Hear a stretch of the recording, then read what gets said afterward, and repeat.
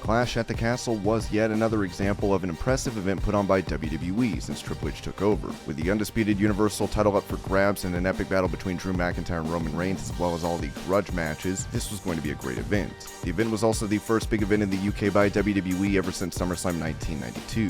With that in mind, this is Wrestling Hub and this is the Clash at the Castle report. Before we get into the rest of the video, make sure you subscribe to Wrestling Hub and turn on all notifications to stay up to date with everything in the world of pro wrestling. Also, don't forget to follow us on Instagram at Wrestling Hub Official and follow us on Twitter at Wrestling_Hub.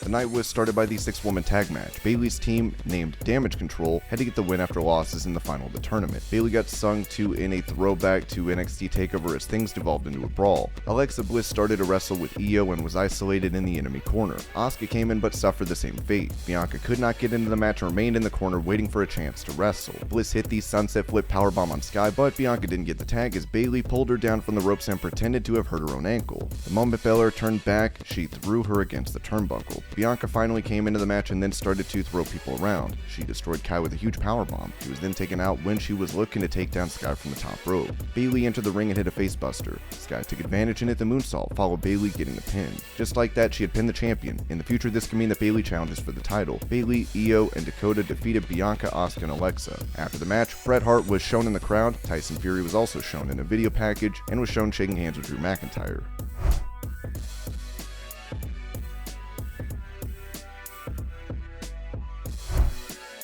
Gunter and Sheamus were fighting next and Ludwig Kaiser came out to announce Gunter. Before that, there was an Imperium reunion with Marcel Bartel coming out and then Gunter came out. Imperium was back together. A brawl started among Imperium and the Brawling Brutes while Sheamus and Gunter didn't move and stared off. The two finally started to fight and Gunter gained the advantage. He beat down his opponent and hit the big boot. Sheamus hit a backdrop and tried to gain the upper hand with the 10 beats at bottom. Gunter threw him down and Sheamus was on his knees once again. Gunter chopped and hit Sheamus so hard that his chest was completely red. The Irish Warrior was completely dominated and was left with almost no energy. The crowd was on Sheamus' side and cheered him. The Celtic Star didn't look like he could fight, but then dropped Gunter and hit the beat to the front end on the table. The fight spilled into the crowd and came back with Gunter still having the advantage. Sheamus came back and hit the white noise out of nowhere and lined up the brogue kick. Gunter avoided it and hit the powerbomb. Unfortunately, it was botched and Sheamus kicked out. Gunter went to the top rope and Sheamus went for the Irish cross from the top. Gunter botched another powerbomb, but then he went on to hit the lariat on Sheamus. That was it. It was a huge match and it ended up being a long and proper brawl. Gunter with Imperium defeated Sheamus with the Brawling Brutes. Sheamus slowly got to his feet and got a standing ovation.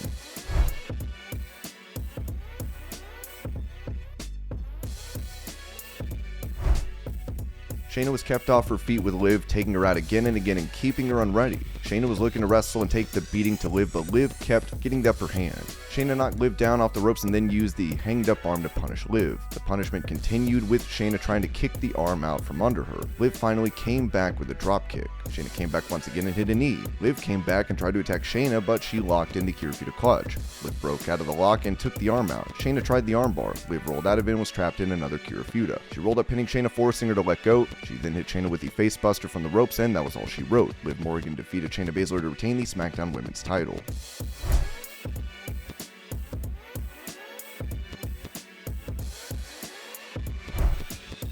Edge and Rey Mysterio came out first. Edge was wearing a mask. The two had a reunion after more than 2 decades. Judgment Day were out next. Rey and Edge had the advantage early on, but Priest used his strength to gain back the advantage. He powered Rey up on his shoulders and then hit a slam on Mysterio. They started to isolate Rey in the corner and keep him in the ring while mocking Edge. Edge was desperate to get in the ring as he watched Priest hit the leg drop and keep him in the corner. Dominic and Rhea looked on from the outside. Finn came in next while Priest mocked Rey. The two of them then double teamed Rey and kept him grounded. They didn't let the Star get momentum.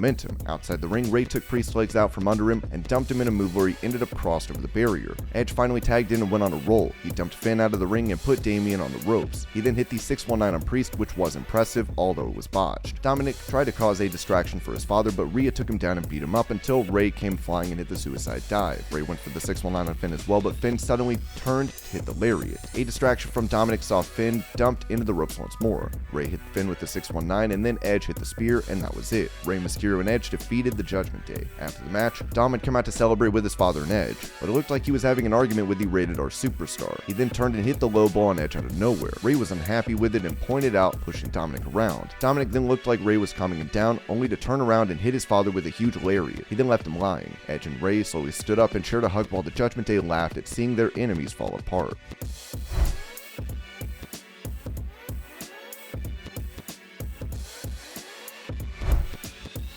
Riddle hit Rollins with a huge move, and it was clear that the remarks from Raw were still burning in his brain. He took the punishment, hitting the senton on Seth. Seth hit him with a cheap shot when he was least expecting it and got the advantage once again. Seth and Riddle fought their way to the top. Seth hit the huge top rope superplex and rolled through looking for the Falcon Arrow. Riddle reversed that and hit a Fisherman Buster. Riddle dumped Rollins out of the ring and hit the running knee from the apron. He then hit the floating bro from the apron and rolled Rollins back in. Rollins went for the pedigree, but Riddle countered and hit the bro to sleep. Rollins still kicked out, starting Riddle, who thought that the match was over. Riddle moved out of the way of Rollins to stop and caught him in a triangle instead. Rollins looked like he was about to tap. Riddle locked in the triangle again, and after a few blows to the head, Rollins suddenly hit bro Derek out of nowhere, but Riddle kicked out. Riddle hit the Pele kick, but ran into a right by Rollins. Rollins went for the stomp again, but Riddle hit the knee. Rollins hit the enziguri and hooked Riddle into the pedigree. That was almost it, but Riddle got his shoulder up. Rollins hit the double rope DDT on Riddle, channeling Randy Orton mocking Riddle. He went for the RKO, making it worse, but Riddle put him in a rear naked choke. He got on his back and beat the head of Rollins before taking him to the commentary desk to bounce his head off of it. He took a chair and swung it, but Rollins avoided it. He got back in the ring and hit the stomp on Riddle when he followed. He went to the second rope and hit the stomp from there. It was a good match with Riddle losing because he lost his temper. Seth Rollins defeated Riddle to win the match.